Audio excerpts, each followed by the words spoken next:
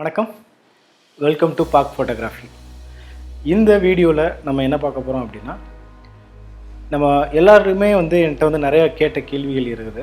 என்ன கேமரா வாங்கலாம், எந்த கேமரா வாங்கினா மாடலிங் ஃபோட்டோகிராஃபிக்கு நல்லா இருக்கும், அதே மாதிரி லேண்ட்ஸ்கேப்புக்கு எது நல்லாயிருக்கும் அப்படின்னு சொல்லி நிறைய பேர் நிறைய தடவை கேட்டிருக்காங்க என்கிட்ட. கேமராவை பற்றியே நான் என்ன கேமரா வாங்குறது, என்ன கேமரா வாங்குறது அப்படின்ட்டு.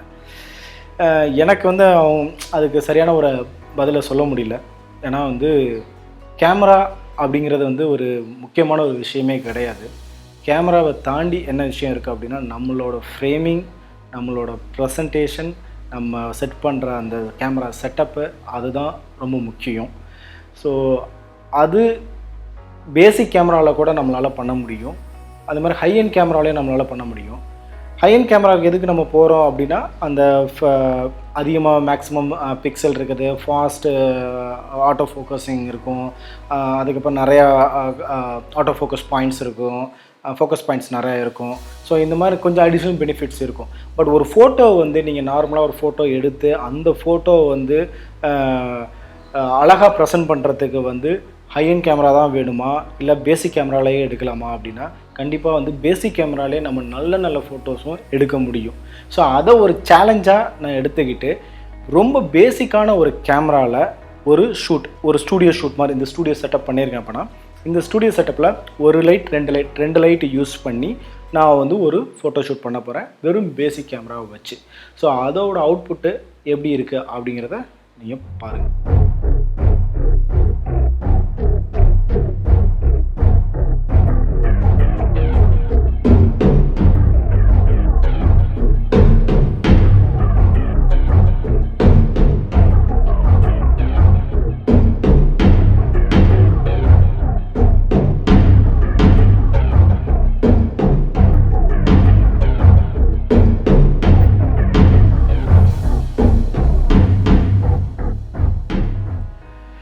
நீங்கள் இன்னும் பார்க் ஃபோட்டோகிராஃபி யூடியூப் சேனலை சப்ஸ்கிரைப் பண்ணலன்னா உடனே சப்ஸ்கிரைப் பண்ணிக்கோங்க. பக்கத்தில் இருக்க பெல் பட்டனையும் சேர்த்து கிளிக் பண்ணிக்கோங்க. நான் அப்லோட் பண்ணுற வீடியோ உங்களுக்கு உடனே சேரும்.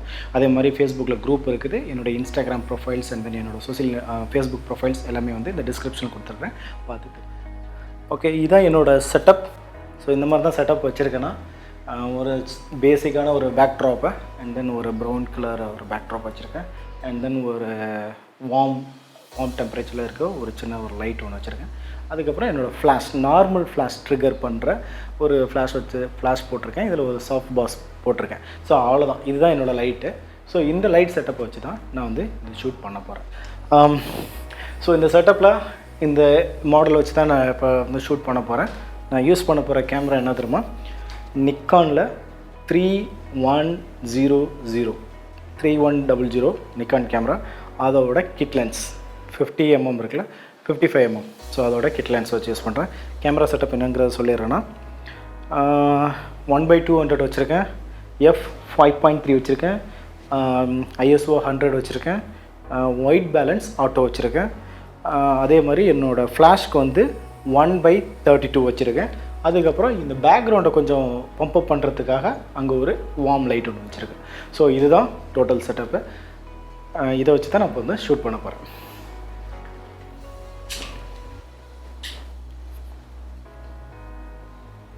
ஓகே,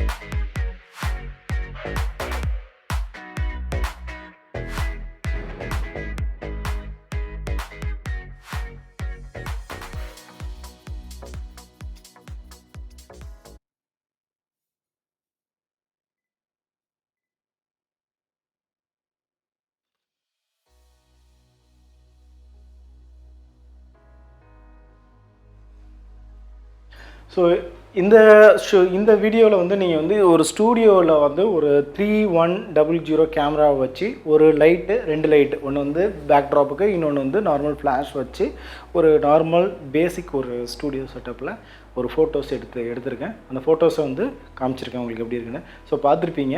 ஸோ வந்து இந்த ஃபோட்டோஸ் பார்த்ததுக்கப்புறம் உங்களுக்கு புரிஞ்சிருக்கும் வந்து பேசிக் கேமராவில் கூட நம்மளால் ஒரு நல்ல ஃபோட்டோஸ் எடுக்க முடியும். இதுக்காக வந்து ஹை-எண்ட் கேமராஸ் வேணும் அப்படிங்கிறது அவசியம் கிடையாது. அதை முதல்ல நம்ம புரிஞ்சுக்கணும் தெளிவாகவே. இதுக்கு அடுத்தபடியாக நான் என்ன பண்ணலாம்னா லேண்ட்ஸ்கேப் எப்படி எடுக்கலாம் அப்படிங்கிறத அடுத்த வீடியோவில் நான் போடுறேன். அடுத்த வீடியோவில் இதே மாதிரி இதே பேசிக் கேமராஸ் 3100 கேமரா நிக்கானில் உள்ள வெரி பேசிக்கான ஒரு கேமரா அது.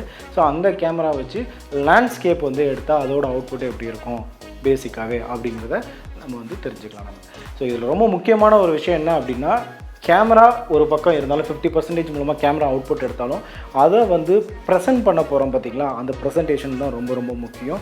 அது ப்ரெசென்ட் பண்ண போகிறது என்ன அப்படின்னா, நம்ம வந்து ஃபோட்டோஷாப்பில் எடுத்து கலர் கொஞ்சம் இன்க்ரீஸ் பண்ணி, அதுக்கப்புறம் கலர் கிரேடிங் பண்ணி, அதுக்கப்புறம் கொஞ்சம் ஸ்கின் ரீடச்லாம் பண்ணி நம்ம வந்து அவுட்புட் வந்து நல்லா ப்ரெசென்ட் பண்ணோம் அப்படின்னம்னா எந்த கேமராலையும் நல்ல ஃபோட்டோஸ் நம்மளால் டெலிவரி பண்ண முடியும். நமக்கு 50% கேமரா அவுட்புட்னா 50% வந்து உங்களோட ப்ரெசன்டேஷனில் தான் இருக்குது.